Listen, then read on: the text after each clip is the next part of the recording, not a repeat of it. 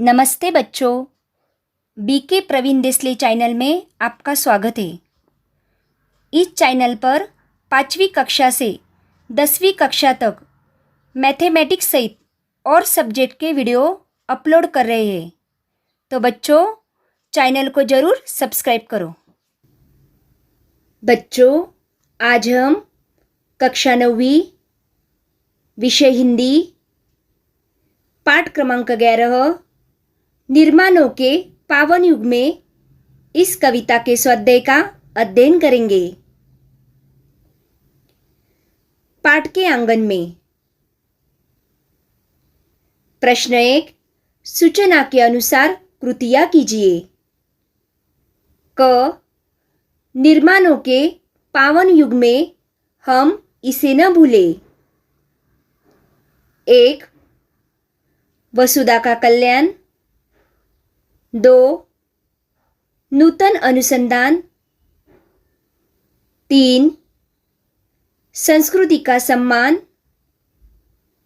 4, जीवन का उत्थान। प्रश्न 2, कृति पूर्ण कीजिए। ख, होना जरूरी। आविष्कारों में मानव का प्यार। विज्ञान में प्राणी का उपकार।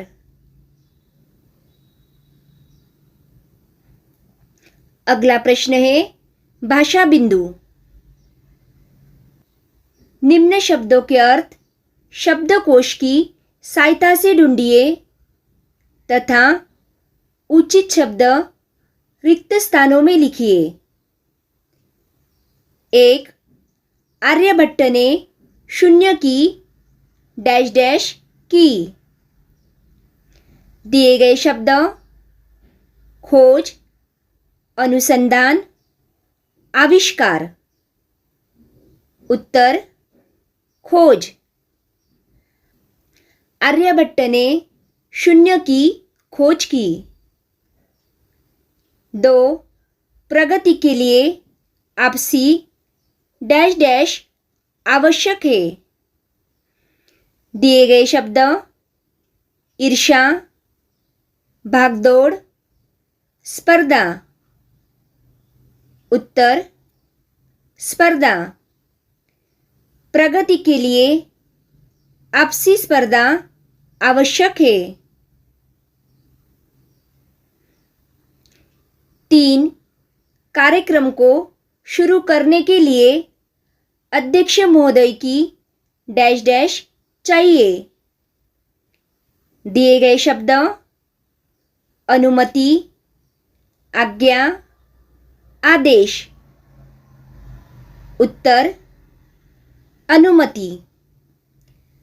कार्यक्रम को शुरू करने के लिए अध्यक्ष महोदय की अनुमति चाहिए। 4, काले बादलों को देखकर बारिश की डैश डैश है। दिए गए शब्द आशंका, संभावना, अवसर। उत्तर संभावना। काले बादलों को देखकर बारिश की संभावना है। 5, सड़क योजना में सैकड़ों मजदूरों को डैश डैश मिला। दिए गए शब्द निर्माण, श्रम, रोजगार। उत्तर रोजगार।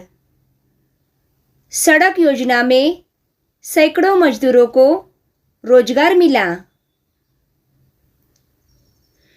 अगला प्रश्न है रचनाबोध। उत्तर इस कविता में लेखक ने नूतन अनुसंधान, संस्कृति के सम्मान, जगत का कल्याण, चरित्र निर्माण को महत्व दिया है।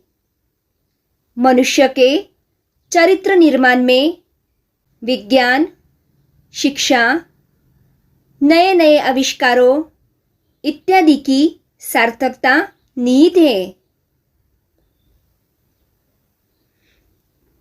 अगला प्रश्न है लेखनीय।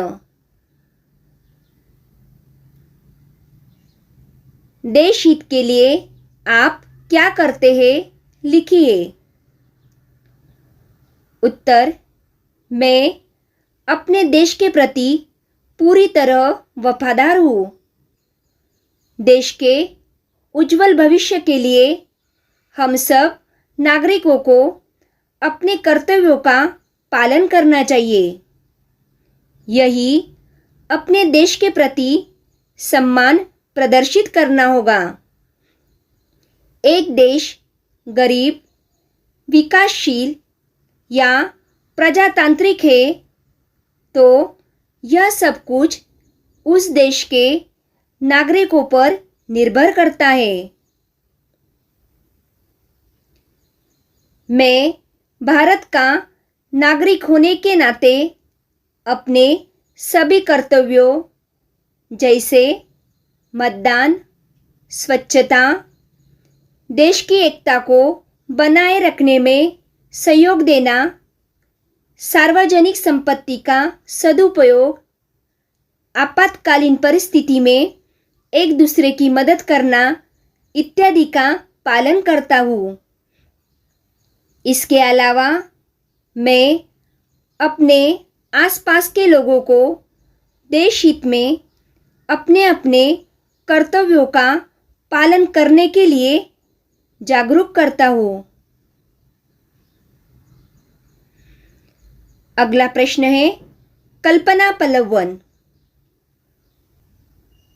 भौतिकता के उत्थानों में जीवन का उत्थान न भूले, इस पंक्ति को अपने शब्दों में स्पष्ट कीजिए।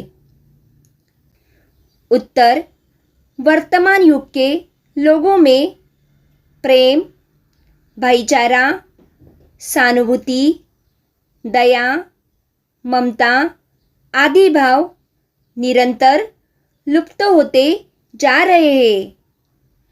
इसके परिणाम स्वरूप चोरी, डकैती, हत्याएं, अपराधों में दिन प्रतिदिन वृद्धि होती जा रही है।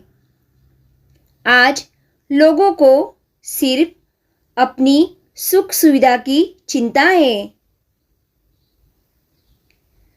आज अधिकांश लोगों ने भौतिकतावाद के सिद्धांतों को सर्वोपरि मान लिया है। यह अनुचित है। हमें मानव का जीवन परहित के लिए प्राप्त हुआ है। अतः हमें अपने भौतिक सुखों के साथ दूसरों के हित के लिए हमेशा प्रयास करना चाहिए।